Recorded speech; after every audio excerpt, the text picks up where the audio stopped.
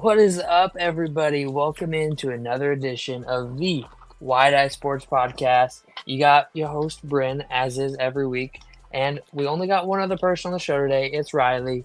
Just the two of us. We're just doing a quick video this week on the podcast. It's going to be real simple. All we got for y'all today is we're going to go over a consensus mock draft. So, for those of you who don't know, the mock draft database is a website, and they go through and they compile all the mock drafts from all your favorite people. Bucky Brooks, Mel Kiper Jr., your random Joe Schmo from, football.com, whoever. They go through and they compile all these mock drafts together, and they, put them together, see who's going where, give percentages, do all that good stuff.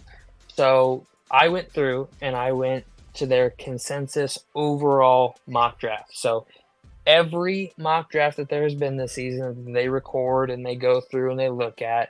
They took all the players that each team was taking in that draft, and they just compile it. And so I have the consensus pick and the percentage that player was mocked to that team at for the entire first round today. So we're going to go over all that on this episode. So buckle in, grab a cup of coffee, and let's get to it. And before we do, go ahead, drop a like, follow, subscribe, all that good stuff. We appreciate it. Without you guys, we can't do this. So with that being said, Riley, you ready to do this? Oh, I'm ready. All right, man. Well, can you guess who the consensus pick to the Bears is? I've got a feeling. You want to throw any names? I'll give you a hint. It's not Bo Nix. Oh, that really clarifies everything. Good. I was worried. Caleb Williams, number 1 overall. It is Caleb. I'm interested to know the percentage on it, though. How many? Take a guess. I'm going to say 90. 83%. Ooh, that's less than I thought it'd be. Yeah, 83% of the mock drafts have.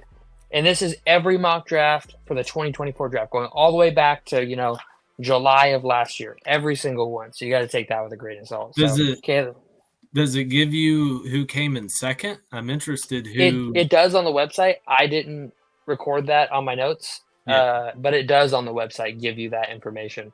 But for the notes, I just wrote down who's first. If you want to know who came in first, second, third, fourth, fifth for each team, you can go to. I'm pretty sure it's just mock draft database 2024 mockdraftdatabase.com, or just search mock draft database on Google for all of you who want to know what the percentages were. So number two at 44%. Any guesses? A big drop.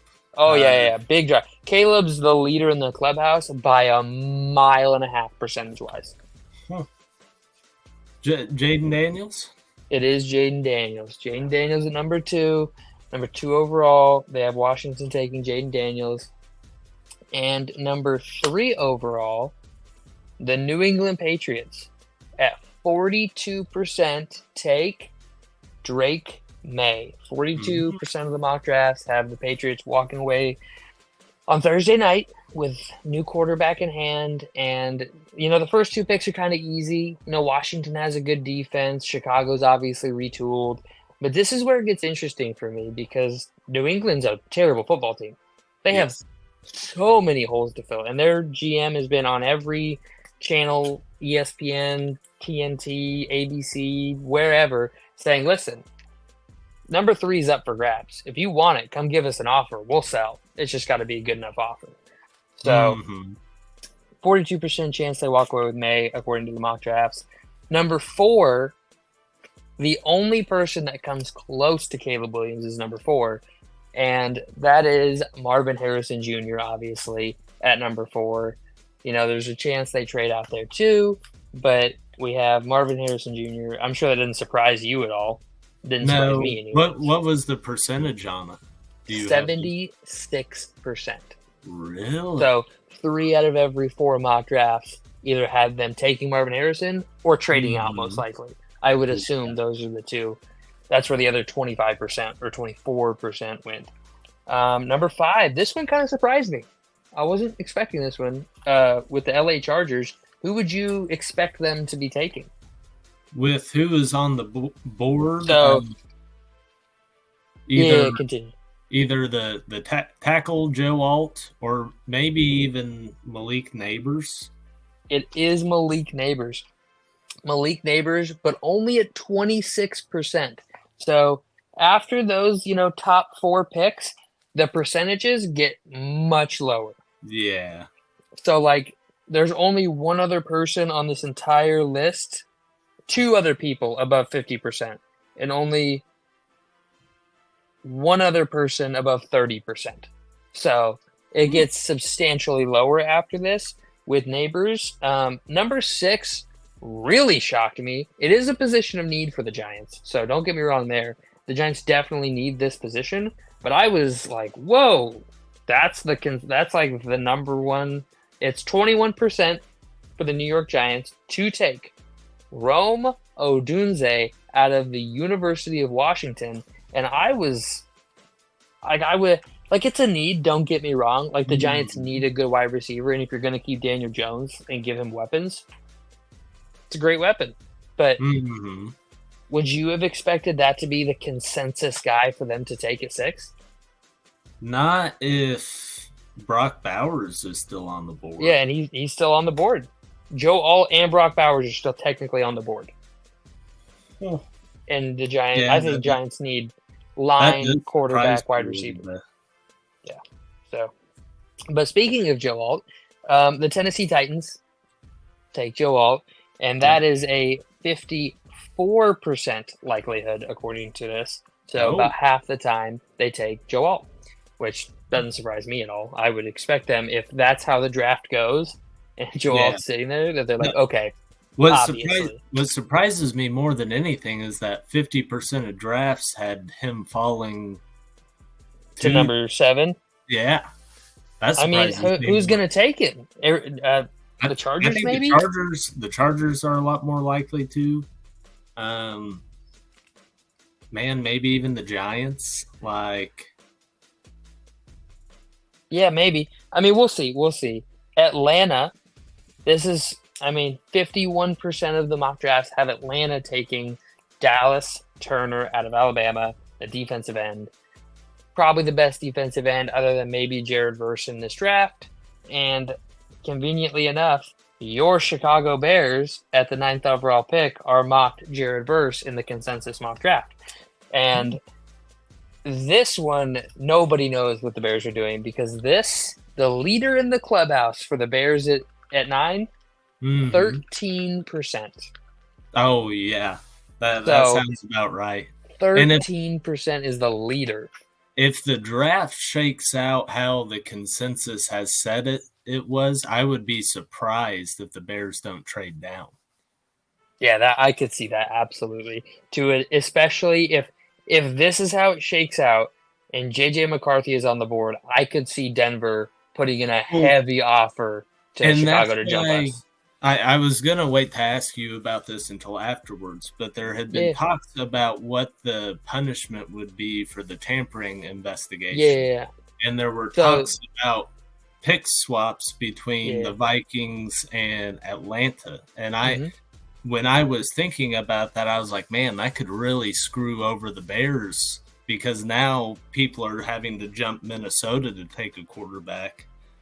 So I'm glad you brought that up. That got squashed today. Ian Rappaport reported this morning that there is no ruling on that investigation prior to the draft. There will be no ruling. If there is any ruling that involves draft picks, it will take part in the 2025 NFL draft. So I think that's off the board. Best way to handle that. I'm sure you do think that's the best way to handle that.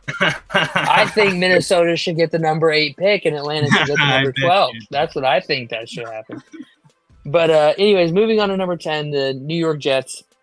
They're going to take Brock Bowers. Brock Bowers here on the board. Best weapon available. They have a good defense already. They add a weapon to go along with Garrett Wilson. Aaron Rodgers comes back.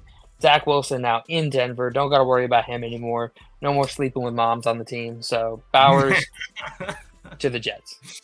And that's a 30% likelihood. Minnesota, the number one most mocked player with their first pick is J.J. McCarthy, and that is a 21% likelihood. And with Denver following up Minnesota's first pick, they have Bo Nix is their most likely with 20%. So 1 out of every 5 mock drafts has Denver taking Bo Nix at number 12 overall with their first pick, which is kind of crazy to me. I think Michael Penix Jr. is a way better quarterback than Bo Nix. Penix, if he didn't have injury concerns, he would be a top 3 pick in this draft. He has been cut short at every opportunity Penix has throughout his entire collegiate career with injuries over and over and over and over and over and over and over. And all he's done is come back and respond in a way superior to what he was prior. Like he kept getting hurt. Yeah, he kept getting hurt. He finally gets one healthy season at Washington, puts up a great season, comes back the second healthy season, takes him to the national title game, right? So, boom.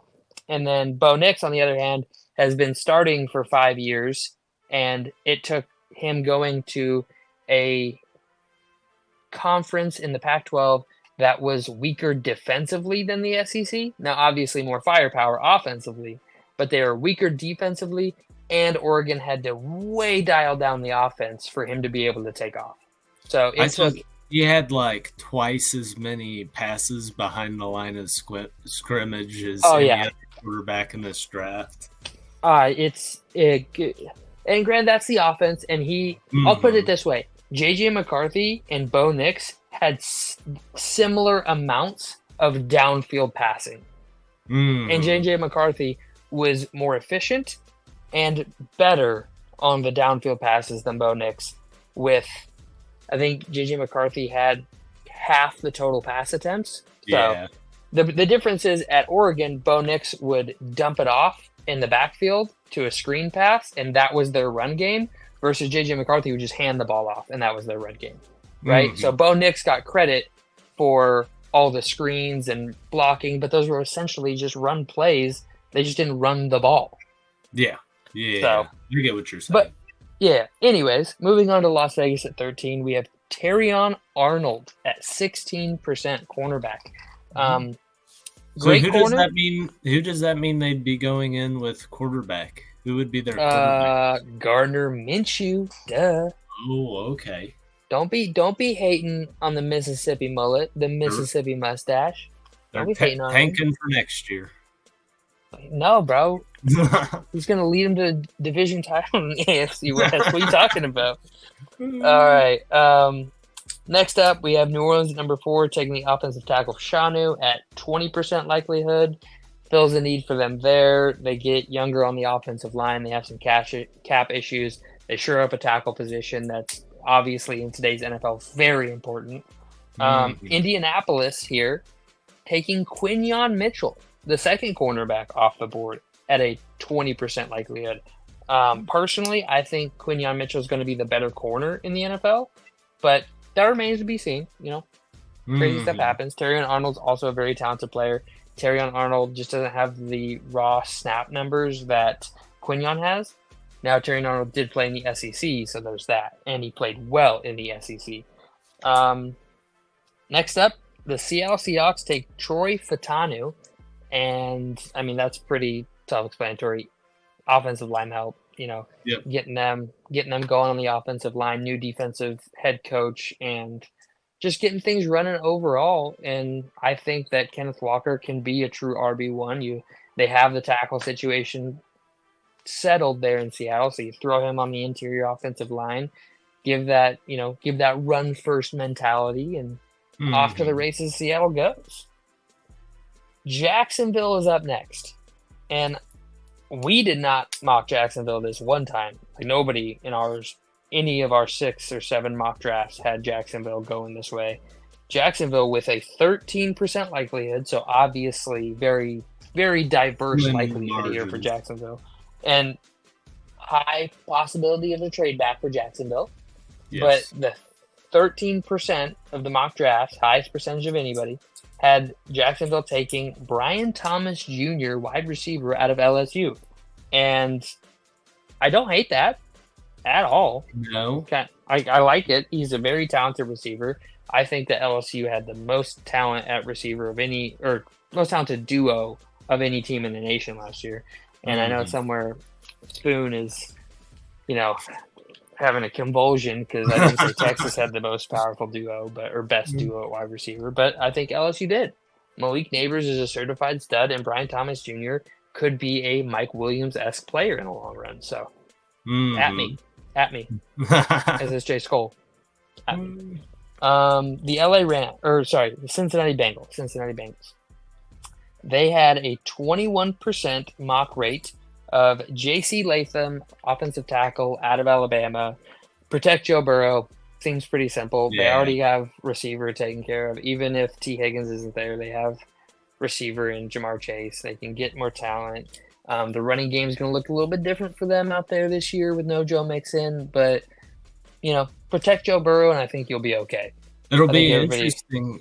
Who is their – you think they're going to draft the guy in the second round then? Who's their running back going into next year? It was not the backup to Jonathan Taylor. Moss? Zach Moss. I'm pretty sure Zach Moss signs with the Bengals. I may be wrong on that. I don't have a computer in front of me. I'm doing this weird, funky setup. I'm on the road. I'm not at home this week, and I take care of all the production stuff for the podcast. So I have a funky background. I'm not at home, so I apologize, guys, for the video quality. But thank you for sticking with us on that. But, yeah, I don't have a computer in front of me to check that out. So I'm pretty sure it was Zach Moss, though. 99% sure. They did get a new running back, I know that. And Gus Edwards went to the Chargers. So I'm pretty sure it was Zach Moss. The LA Rams, another team with an emerging young running back in Kyron Williams, they go defensive line, and they jump on Liatu Latu, a guy that we have had mocked in this similar area several times. Yeah. Very good edge defender, probably a little bit, probably a little small for a true edge defender, but I think he can play. Their defense last year collegiately was very, very, very good, and I think he played a big part in that. Pittsburgh, number 20, Liatu Latu was 16% of the mock drafts for the Rams. Pittsburgh, however, had a 15% rate for Amarius Mims, the offensive tackle out of Georgia. So, whoever the quarterback's going to be in Pittsburgh, whether it's Russell Wilson or your boy Justin Fields, we all know how Riley loves Justin Fields. That's right. Even though he shouldn't at all. The Pittsburgh's going to take care of their quarterback. They're going to protect him. They're going to try to give him as much time as possible in the pocket and try to make the right play. Protect your guy. Next up, we have Miami at 21. And I know we have mocked this guy here a couple of times. Graham Barton, set to play guard in the NFL. Okay. They have a need at interior offensive line. They lost their center. They lost a guard, so he could play either or. He probably won't play center in the NFL, but I feel like if they went there and went to his representation and was like, "Listen, we want you to play center for us," I think he would learn. I think as a rookie, you can. It's going to take some devotion. It's a much harder learning curve for a rookie to come in who's never played center to play center rather than have him stick with guard. Absolutely. I agree completely. I think, and I'm going to get a lot of hate for this, and I say this, I get a lot of hate for this a lot, but I think that center is the hardest position on the football field because they have to know every single thing the quarterback knows, everything. They have to be responsible for offensive line protection, what the receivers are doing, what the quarterback's doing, because they're double-checking the quarterback on everything, right? They're listening to the quarterback's calls. They're making sure everything's dialed in. And then they have to snap the ball and then block a 350-pound defensive tackle. I hate the flex, but I played center back in the day. Back in 6th grade? Yeah, I bet you did. I was a little bit bigger then.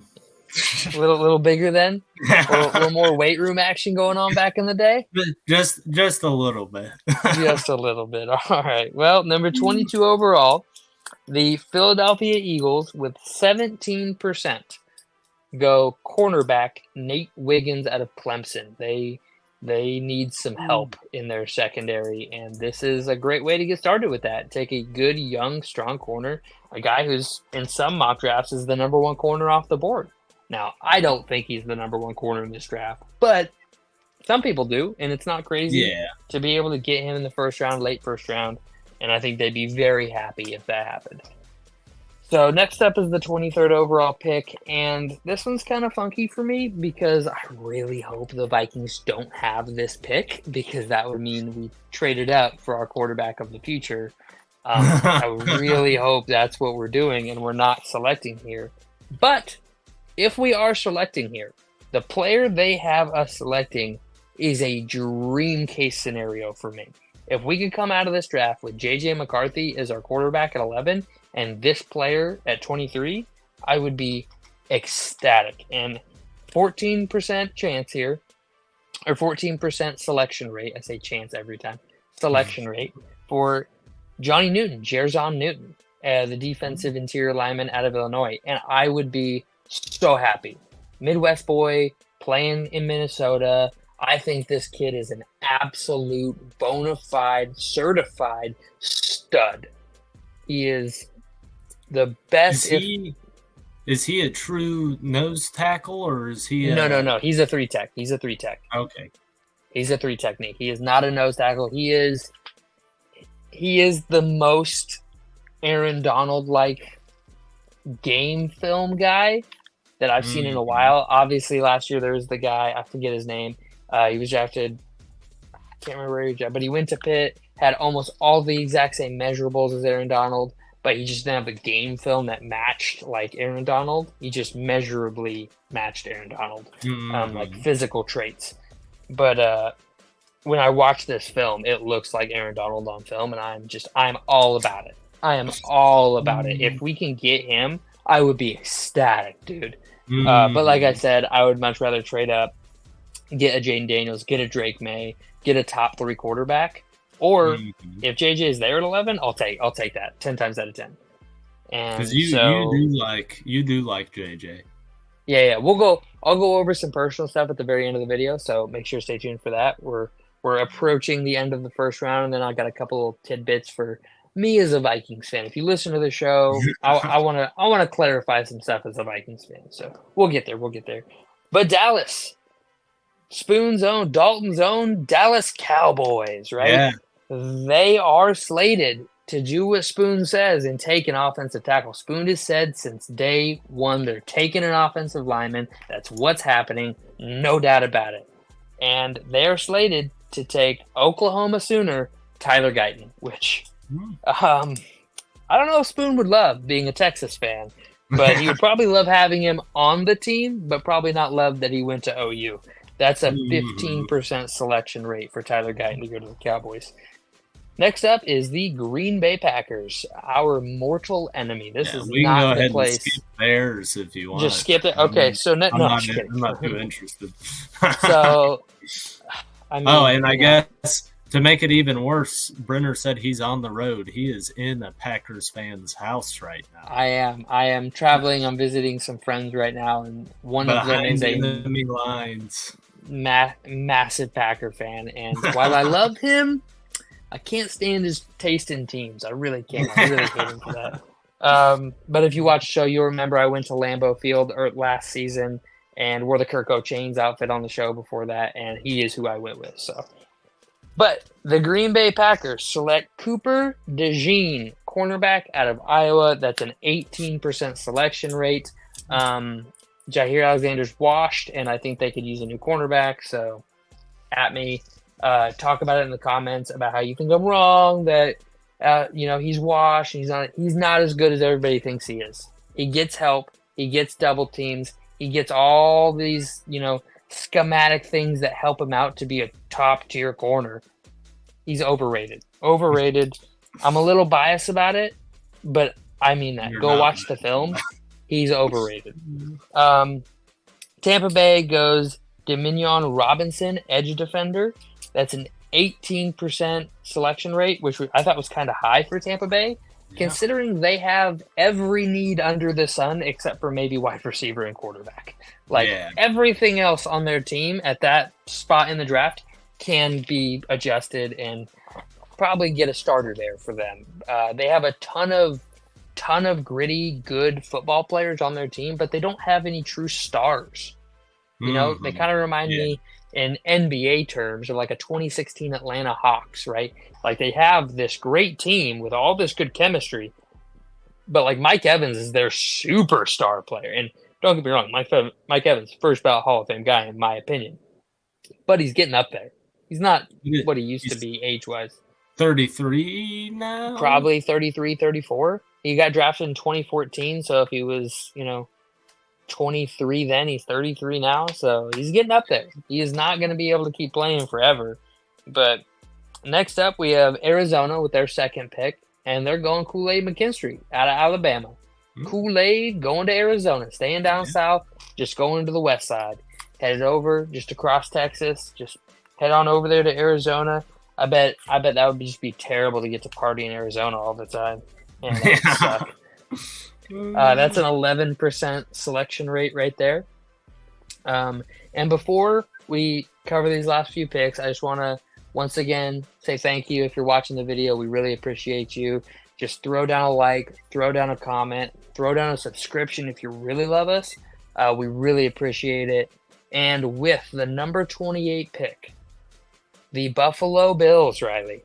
I'm going to say your second favorite team. They're mine now?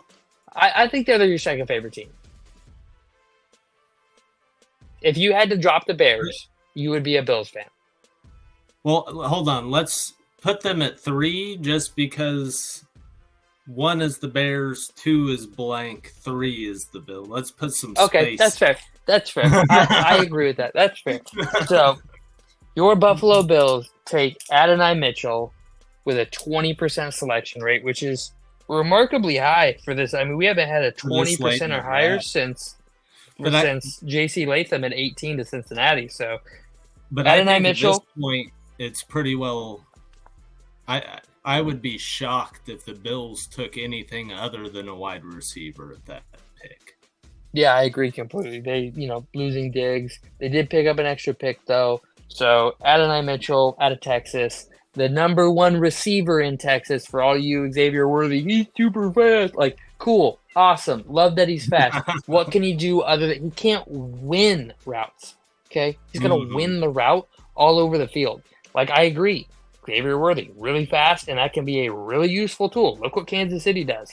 But that isn't just a blanket like, oh, he's fast, so he'll succeed.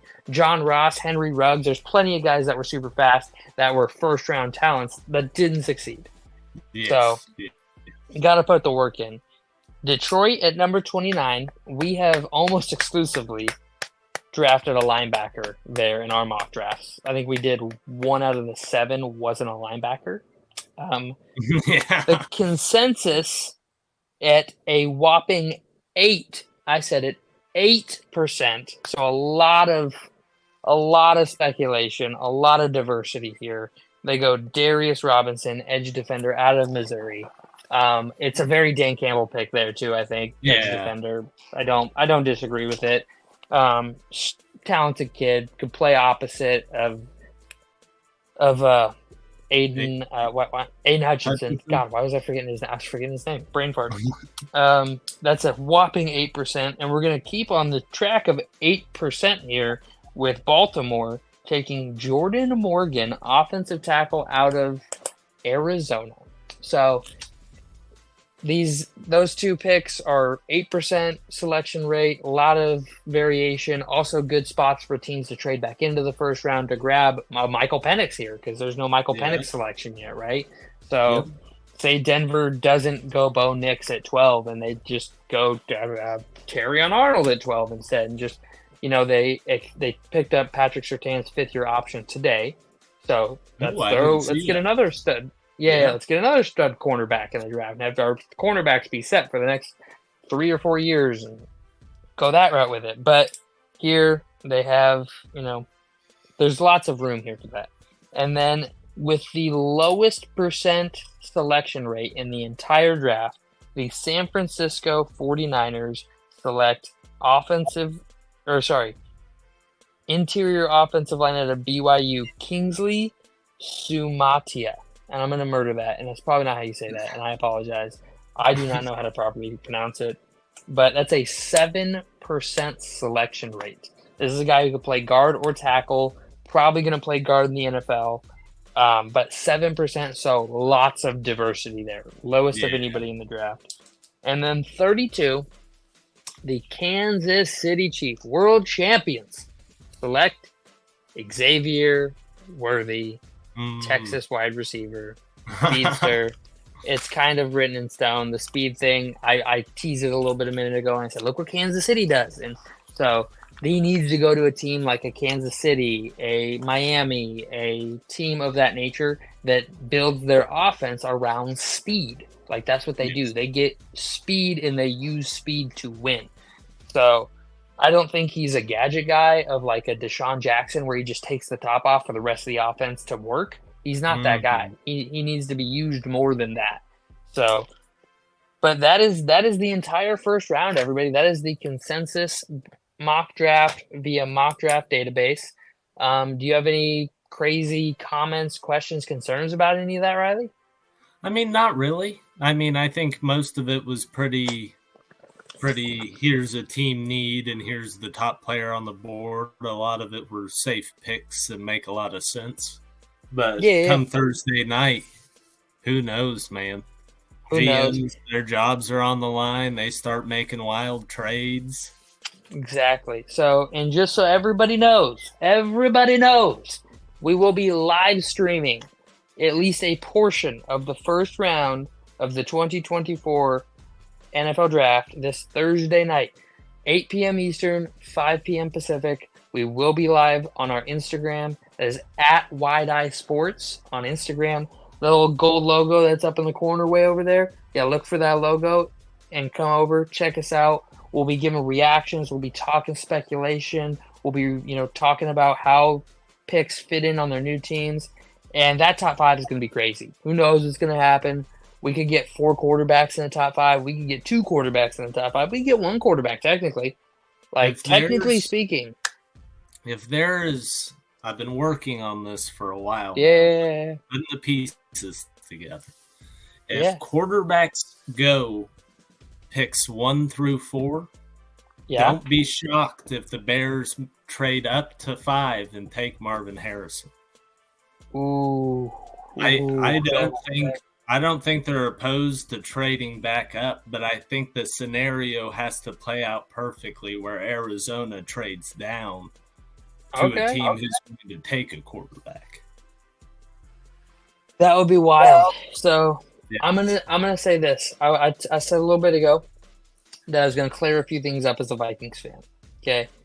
Yeah. Obviously, if you're watching right now and you don't know I'm a Vikings fan, you need to get your head checked out. Because it's pretty obvious if you can't tell. Here is the thing. As a Minnesota Vikings fan, my fandom is I will back my team no matter what. I'm not a critical fan, as some like to call them. Here's my only bugaboo. I will accept any quarterback they get in this draft, whether that be Spencer Rattler in the 3rd round, whether that be Jaden Daniels at pick number 2, regardless of what they give up. Okay? The only thing I will not be okay with is Bo Nix. That is it. Really? You're anybody else? You're that set in stone? That set in stone about the thing with Bo Nix is he is a grown man playing against 18, 19, 20-year-olds. Mm-hmm. And he's a grown man who's a freak athlete at that. Like, it's different. Like, if me as a 27-year-old grown man headed out to play against 22-year-olds in the NCAA, I get my ass kicked up and down the field all day because I'm not a freak athlete. Bo Nix is a freak athlete. Mm-hmm. Okay? This dude is a certified stud athlete, but it took him 5 years of being, like, forced onto the field and then had the offense toned down to a minimum, and then had that offense that was toned down to a minimum be like, okay, we're only going to ask you to really throw the football like 2 or 3 times a game. Like, most of the time you'll just be dumping it off, 10-yard hits. 4 to 6 times a game max will ask you to really deliver the football on a dime. And he was like, oh, okay, yeah, I can do that. And so that's what he did. And he did it to a T. He did it amazing. I don't see it anymore. There's no higher he can get. He can't go up any higher. And he's only going to be playing against way better defenses. Whereas Michael Penix can excel. He can be more mobile. He can get better as a player. J.J. McCarthy, he can obviously get better. He had half the attempts at anybody else. And if he had the attempts everybody else had, he would have averaged like 320 yards a game, 3 touchdowns a game, and like 0.4 interceptions. And that's another thing that's not being talked about. All the top 5 quarterbacks in this draft class coming out have 3 times the pass attempts that the quarterback class in, when was Fields drafted? 2017? 2021, I believe. Justin Fields? It was just like 2020. Then the 2021 class, because of the COVID rules. So they have thrown a lot more passes on the than those guys did in previous quarterback classes. And who knows if that will help or hinder them. And I went through and I went through every draft bust of the past 10 years this past week. And this was my own private research. This wasn't for the show or anything. And I looked at the draft profiles of every one of these guys, right? And what do all these guys have in common that they didn't fix at the college level they would have to fix to be good in the NFL? And everything they came up, I like ranked it on a scale and did a bunch of other stuff, and that's all for another video. But long story short, the 2 safest prospects I could come up with were Jaden Daniels, number 1. He was the absolute safest guy, like gonna be good. And then J.J. McCarthy. Those 2 guys had the least red flags out of anybody else. Bo Nix was the number 1 red flag guy. Number 1 by 3 red flags. Like really? He just the only thing Bo Nix did was execute a elementary level offense.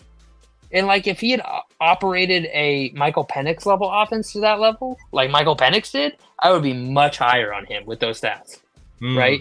Or J.J. McCarthy. J.J. McCarthy played in a pro style of offense with a former NFL head coach who played NFL football. Like he is prepared to know what the NFL is going to ask of him. I just think J.J. McCarthy has more to be expanded upon. Has a, better pedigree. And I was watching another video with Steve Smith Sr., and he was like, I'm sick and tired of these draft evals. The one thing nobody ever talks about is pedigree. How does this guy actually play? Does he win football games? Sure, he has a great team, but does he win still? Like, that's what I want to know. Those guys succeed. Winners win. And I'm not a huge fan of that. I'm a more analytical person. I want the numbers to say something.